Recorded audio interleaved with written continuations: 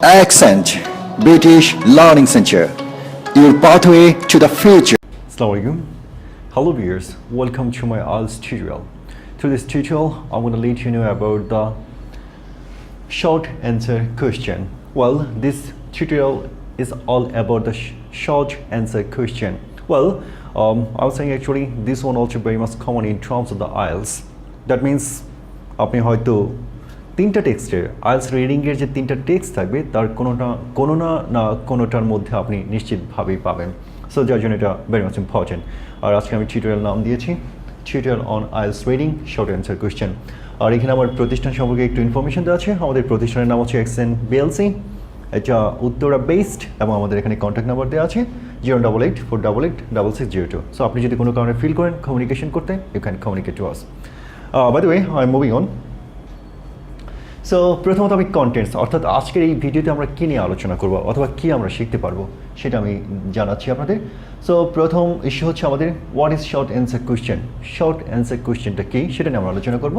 তারপর difference between short answer question and sentence completion.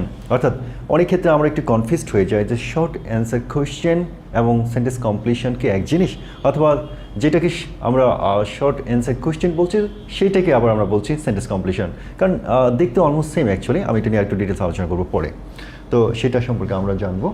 Letter nature of short answer question, অর্থাৎ short answer কোয়েশ্চেনের ধরন প্রকৃতি কী তা নিয়ে আলোচনা করবো। Problem with the short answer question, তার প্রবলেমটা কোথায় মেইনলি যে কোয়েশ্চেন দেওয়া হবে, কোয়েশ্চেন মানেই হচ্ছে একটা প্রবলেম। আর আইএলটিএস রিডিং একটা ক্রেজি ব্যাপার। সো সেক্ষেত্রে এটা কোন ধরনের প্রবলেম ক্রিয়েট করতে পারে, কীভাবে আপনাকে পাগল করে দিতে পারে, সেই ব্যাপারগুলো নিয়ে আমরা আলোচনা করব। Letter on tips for short answer question, মানে তার এই প্রবলেমটাকে সলভ করার জন্য আমরা কোন ধরনের টিপসগুলোকে ফলো করব তা নিয়ে আলোচনা।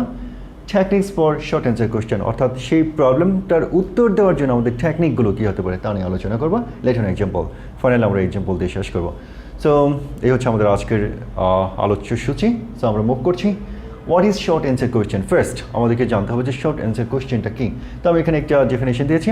ওয়েল, শর্ট অ্যান্সার কোয়েশ্চেন অনেকটাই হচ্ছে সেন্টেন্স কমপ্লিশনের মতো অ্যাকচুয়ালি। লাইক হচ্ছে আপনাকে একটা প্রবলেম মানে একটা কোয়েশ্চেন তৈরি করা হবে, সেই কোয়েশ্চেনের কোনো একটা অংশের মধ্যে ব্ল্যাঙ্ক করে রাখা হবে এবং সেখানে আপনাকে উত্তর বসাতে হবে এবং সেখানে শব্দের লিমিট দেওয়া থাকবে। আর নিশ্চয়ই এটা প্যারাফ্রেজ করা হবে, সিনোনিমস করা হবে। তো প্যারাফ্রেজ এবং সিনোনিমস করে মেইন টেক্সট থেকে তার একটা কোয়েশ্চেন তৈরি করবে, সেটার উপর আপনাকে উত্তর লিখতে হবে। So this is called short answer question, এবং সেটা আপনাকে শর্টলি উত্তর করতে হবে। দ্যাট মিনস আপনার ওয়ার্ড লিমিট দেওয়া থাকবে, no more than 2 words, no more than 3 words, এরকম কিছু দেওয়া থাকবে। So this is about the short answer question. Difference between the short answer question and sentence completion. Well, অনেক ক্ষেত্রে আমরা কনফিউজড হয়ে যাই, ডিটেক্ট করতে সমস্যায় পড়ে যায় যে কোনটা শর্ট অ্যান্সার কোয়েশ্চেন এবং কোনটা হচ্ছে সেন্টেন্স কমপ্লিশন। তো আমি আপনাদেরকে একটা সেন্স দেওয়ার জন্য বলছি। সেন্টেন্স কমপ্লিশন বলতে বোঝানো হয় লাইক কিছু শব্দ আপনাকে বসাতে হবে ওই সেন্টেন্সের মধ্যে যা দিয়ে সেন্টেন্সটা কমপ্লিট হবে, অর্থাৎ আলটিমেটলি সেন্টেন্সটা একটা আলটিমেট সেন্স মেক করবে, তার মানে সেন্টেন্সটা কমপ্লিট, অসম্পূর্ণ থাকবে না। আর শর্ট অ্যান্সার কোয়েশ্চেন অনেকটাই সেন্টেন্স কমপ্লিশনের মতো, but the thing is actually ওই শব্দগুলো বসানোর পরেও সেন্টেন্সটা কমপ্লিট নাও হতে পারে। তার অর্থ হলো যে আপনাকে উত্তরটা চাওয়া হবে, সেই উত্তরটা দিতে হবে, সেই উত্তর বসানোর পরে তার সেন্টেন্সটা কমপ্লিট নাও হতে পারে। This is the reality. So এই হচ্ছে সেন্টেন্স কমপ্লিশন এবং শর্ট অ্যান্সার কোয়েশ্চেনের পার্থক্য। Nature of short answer question. Well, প্রথমত তার যে ধরন সেটা হলো যে question follow the order of the text. So এটা আপনার অর্ডার ফলো করছে। দ্যাট মিনস টেক্সটের মধ্যে যে কোয়েশ্চেনগুলোকে তারা তৈরি করবে সেটা টেক্সটের মধ্যে অর্ডার মেনটেন করবে, অর্থাৎ number 1, number 2, number 3। So number 1-এর জন্য উত্তর যেখানে পাবেন, নাম্বার 2-এর জন্য উত্তর তার নিচে পাবেন, নাম্বার 3-এর জন্য উত্তর তারও নিচে পাবেন। তার মানে হচ্ছে একটা অর্ডার মেনটেন করছে, এটা উপরে নিচে মাঝখানে এমন হয় না। Later on, question is made with paraphrasing and synonyms. So যে কথা আমি অলরেডি বলেছি। সো কোয়েশ্চেনটা মেক করা হবে, অর্থাৎ টেক্সট থেকেই তারা কোয়েশ্চেন মেক করবে এবং সেই কোয়েশ্চেনটাকে মেক করবে তারা প্যারাফ্রেজ করে এবং সিনোনিম ব্যবহার করে। This A problem actually. Later on, it has to be answered with words taken from the text. So যেমন আমরা সামারি কমপ্লিশনের মধ্যে ওয়ার্ড লিস্ট দেওয়া থাকে, সেখান থেকে শব্দ নিয়ে আপনি সামারি কমপ্লিট করতে পারেন। তো আপনার শর্ট অ্যান্সার কোশ্চেনের জন্য ওয়ার্ড লিস্ট দেওয়া থাকবে না, উত্তরটা আপনাকে টেক্সট থেকে নিতে হবে। তার মানে হলো যে যথার্থ পরিমাণে শব্দ নিয়ে আপনাকে উত্তরটা কমপ্লিট করতে হবে। So it's about this one. Later on you are given a word limit. So আপনার ওয়ার্ড লিমিট দেওয়া থাকবে, যেটা আমি অলরেডি বলছি যে 2 শব্দ, not more than 2 word, no more than 3 words, এরকম দেওয়া থাকবে। যদি বলেন নো মোর দেন 2 ওয়ার্ডস, ডেফিনেটলি আপনি 2 ওয়ার্ডের বেশি লিখতে পারবেন না। নো মোর দেন 3 ওয়ার্ডস, ডেফিনেটলি 3 ওয়ার্ডের বেশি লেখা যাবে না, প্রয়োজনে কম লেখা যাবে, no but not more. So problem with the short answer question, প্রবলেমটা কোথায় অ্যাকচুয়ালি? ওয়েল, ডেফিনেটলি একটা প্রবলেম। সো ফার্স্ট প্রবলেম হচ্ছে ওয়ার্ড লিমিট। কিছু ক্ষেত্রে আপনার মনে হবে যে যে প্রশ্নটা তারা তৈরি করেছে তার উত্তর দেওয়ার জন্য বলা হচ্ছে যে তারা বলে দিয়েছে 2টার বেশি শব্দ ব্যবহার করা যাবে না, কিন্তু আপনার কাছে মনে হবে যে না, 2টা শব্দ কোনোভাবেই উত্তর দেওয়া যাবে না, 4টা দরকার, 5টা দরকার। So that's going to be a problem actually. So word limit is a problem in terms of the short answer question. Later on, question is paraphrased and synonyms are used. যেহেতু আপনার প্যারাফ্রেজ করা হয়েছে এবং সিনোনিমসটাকে ব্যবহার করা হয়ে থাকে, তো আপনি যখন টেক্সট থেকে যখন আপনি তার উত্তরটা নেবেন, উত্তর নিতে গেলে ক্লু পাওয়া যে কোন অংশ থেকে এই কোশ্চেনটাকে তৈরি করা হয়েছে, তার উত্তর কী হবে সেটা আপনাকে স্ট্রাগল করতে হবে, সেই ব্যাপারে আপনাকে স্ট্রাগল করতে হবে।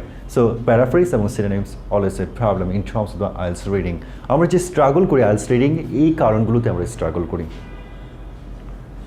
Late on sense of grammar.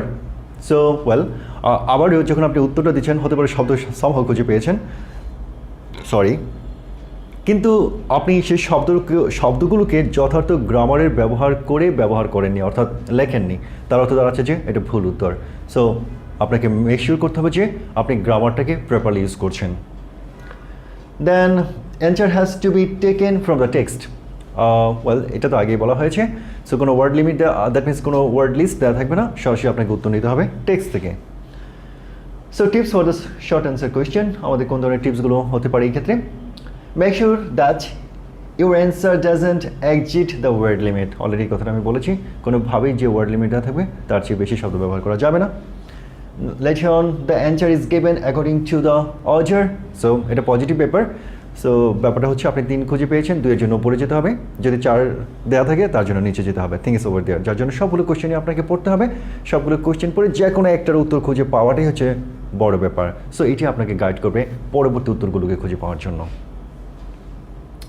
If text introduces new terms, some answers are likely to be among them. অর্থাৎ টেক্সটের মধ্যে আপনার প্রথাগত একটা আলোচনা থাকবে, মানে একটা ফ্লো তৈরি করার জন্য যে এই ধরনের আলোচনা সেটা থাকবে টেক্সটের মধ্যে, কিন্তু হঠাৎ করে যদি আপনি খুঁজে পান যে নতুন কিছু তারা বলছে, মোস্ট প্রবাবলি উত্তরটা ওখানে আছে। এই জিনিসটাই বলা হচ্ছে যে টেক্সটের মধ্যে যদি আপনি নতুন কোনো টার্মস খুঁজে পান, আপনাকে ধরে নিতে হবে যে এই এলাকাটা সন্দেহজনক। সো আপনাকে সেখানে ফোকাস করতে হবে এবং আপনাকে ওখান থেকে উত্তরটা পেয়ে যেতে পারেন, তার প্রবাবিলিটি আছে। Later on, try to identify any answer of the given question. Try to identify any answer of the given question. So, এটা থেকে কী বোঝানো হচ্ছে? This is the problem. This is the question actually. So, আপনি যখন নাকি কোশ্চেনটা পড়ছেন, তার জন্য আপনার কিওয়ার্ড নিতে হবে। সেই কিওয়ার্ডের উপরে বেস করে আপনার একটা প্রেডিকশন করতে হবে যে ইনফ্যাক্ট উত্তরটা কী হতে পারে। এই জিনিসটা আপনাকে মাথায় রেখে তারপর আপনাকে টেক্সটে যেতে হবে। সো এইভাবে আপনাকে মূলত প্রবলেমটাকে সলভ করতে হবে। Techniques for the short answer question. So আমরা কোন ধরনের টেকনিক্স ফলো করব এই শর্ট অ্যান্সার কোয়েশ্চেনের উত্তর দেওয়ার জন্য? প্রথমত হচ্ছে have a look on the question first. Definitely আপনাকে কোয়েশ্চেনটা আগে পড়তে হবে, সবগুলো কোয়েশ্চেন আগে পড়তে হবে। আমরা অনেক ক্ষেত্রে যেটা করি যে একটা কোয়েশ্চেন পড়ি, তার উত্তর খোঁজার জন্য চলে যাই টেক্সটের কাছে। নট রিয়েলি, আপনাকে সবগুলো প্রশ্ন পড়ে নিতে হবে। সবগুলো প্রশ্ন পড়ে সেন্স ডেভেলপ করতে হবে, ওখান থেকে কিওয়ার্ড নিতে হবে এবং সেগুলোকে মোটামুটি মাথায় রেখে আপনাকে স্কিম করতে হবে। সো সবগুলো প্রশ্ন আপনার পড়তে হবে। Number 2, identify the anchor words. Anchor words and keywords almost same actually. So আপনার প্রত্যেকটা কোয়েশ্চেনের অ্যাঙ্কর ওয়ার্ডস কি সেটা আপনাকে ডিটেক্ট করতে হবে। Scheme and scan over the text. So যখন আপনার এই কিওয়ার্ড আপনি পেয়ে যাবেন, আপনার প্রশ্নগুলো পড়া হয়ে গেল, আপনাকে টেক্সটে চলে যেতে হবে, ওখান থেকে গিয়ে আপনাকে স্কিম করতে হবে। স্কিম মানে হচ্ছে হালকা করে পড়া। লেটার অন যদি কোনো এলাকায় উত্তরটা আছে বলে আপনার সন্দেহ হয়, ওই এলাকাকে কর্ডন করে দিতে হবে।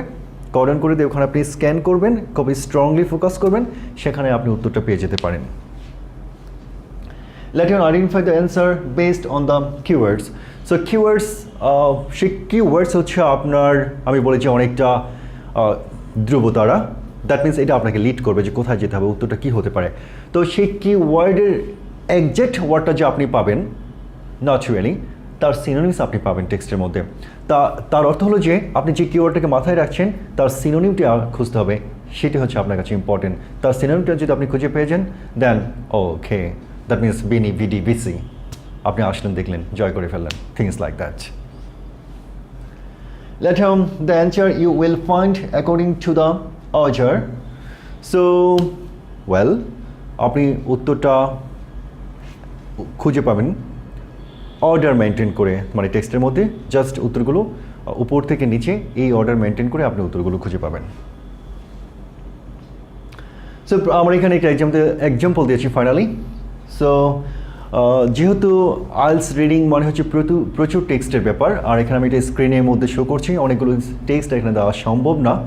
সো যার জন্য আমি এখানে যেহেতু আমি 3টা প্রশ্ন দিয়েছি বাট একটা প্রশ্নের উত্তর আমরা খুঁজবো।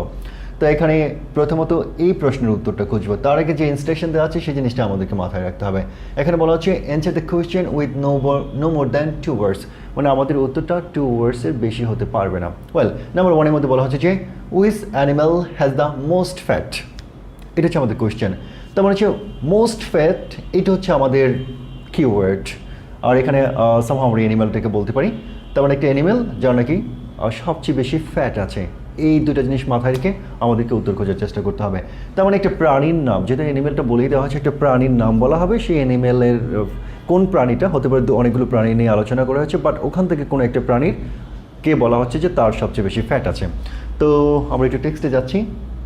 টেক্সটে হচ্ছে এমন, এখানে যে জিনিসটা আছে আমি আসলে ইনফ্যাক্ট জানি কোথায় উত্তরটা আছে, তো আমি আপনাদের জন্য এখানে বলছি যে এখানে টেক্সটের মধ্যে লেখা আছে as the largest animal in the world, the blue whale also has the most fat. So এখানে একটু মজা করে তারা উপস্থাপন করেছে বিষয়টাকে। অ্যাকচুয়ালি প্রথমত হচ্ছে as the largest animal in the world, মানে largest animal, then in the world, পৃথিবীর সারা সবচেয়ে বড় animal, the blue whale also has, also দিয়ে এখানে একটা টুইস্ট তৈরি করা হয়েছে, also has the most fat. তার মানে মোস্ট ফ্যাট শব্দটা আমরা এখানে খুঁজে পেয়েছি। তো আমাদের উত্তর ছিল, মানে প্রশ্নে চাওয়া হয়েছিল কোন প্রাণীটা। তো as the largest animal in the world, the blue well, আপনার কাছে একটা জিনিস মনে হতে পারে যে দ্য ব্লু ওয়েল, তার মানে দ্য ব্লু ওয়েলের কথা এখানে বোঝানো হয়েছে। সো যেটা একটা প্রাণী এবং একটা বিশেষ প্রাণী অ্যাকচুয়ালি, যার জন্য তার আগে দি বসবে, এই ধরনের একটা সেন্স আমাদের কাজ করতে পারে। তো আমাদেরকে মাথায় রাখতে হবে যে শব্দ সংখ্যা এখানে 2টার বেশি হবে না। সো আমরা প্রাণীটাকে এখানে খুঁজে পেয়েছি, সেই প্রাণীটা হচ্ছে ব্লু ওয়েল। বাট যদিও অনেক ক্ষেত্রে প্রাসঙ্গিক মনে হতে পারে যে দা চলে আসবে, বাট এই দা শব্দটা আসবে না। তার মানে এই প্রশ্নের জন্য which animal is the most, which animal has the most, মানে কোন প্রাণীটার সবচেয়ে বেশি ফ্যাট আছে, আমরা উত্তরে বলতে পারি যে ব্লু ওয়েল। তার মানে উত্তরটা হবে এখানে blue whale. Well, that's all about this tutorial. Hopefully এটা আপনাদের কাজে লাগবে, আর আপনারা যদি উপকৃত হন তাহলে প্লিজ আমার চ্যানেলটাকে শেয়ার করবেন, আর নিশ্চয়ই সাবস্ক্রাইব করতে ভুলবেন না। সাবস্ক্রাইব করলে আপনি নতুন ভিডিওগুলো পাবেন। আমি বলেছি আগেই যে এটা একটা ধারাবাহিক প্রক্রিয়ার অংশ হিসেবেই এই ভিডিওগুলো তৈরি করা হচ্ছে। আমার টোটাল ভিডিওর মাধ্যমে আমি পুরো আইএলটিএসটাকে উপস্থাপন করব। সো চোখ রাখবেন আমার চ্যানেলের উপরে, আর আমার ধারাবাহিকতা রক্ষার্থে যদি আপনারা আগের ভিডিওগুলো না দেখে থাকেন তাহলে ওই ভিডিওগুলো একটু দেখে নেবেন, সেক্ষেত্রে এটা আপনার বেশি এফেক্টিভ হবে। কারণ আইএলটিএসের জন্য কিছু টার্মিনোলজিস আছে, এগুলোর সাথে আপনাকে খুব ভালো করে পরিচিত থাকতে হবে। লেটার অন আমাদের নেক্সট যে টিউটোরিয়াল হবে সেটা হচ্ছে মাল্টিপল চয়েস। সো মাল্টিপল চয়েসের উপর আমরা পরবর্তী ভিডিও তৈরি করব। আশা করি আপনারা আমাদের সঙ্গেই থাকবেন। Thank you very much for watching me.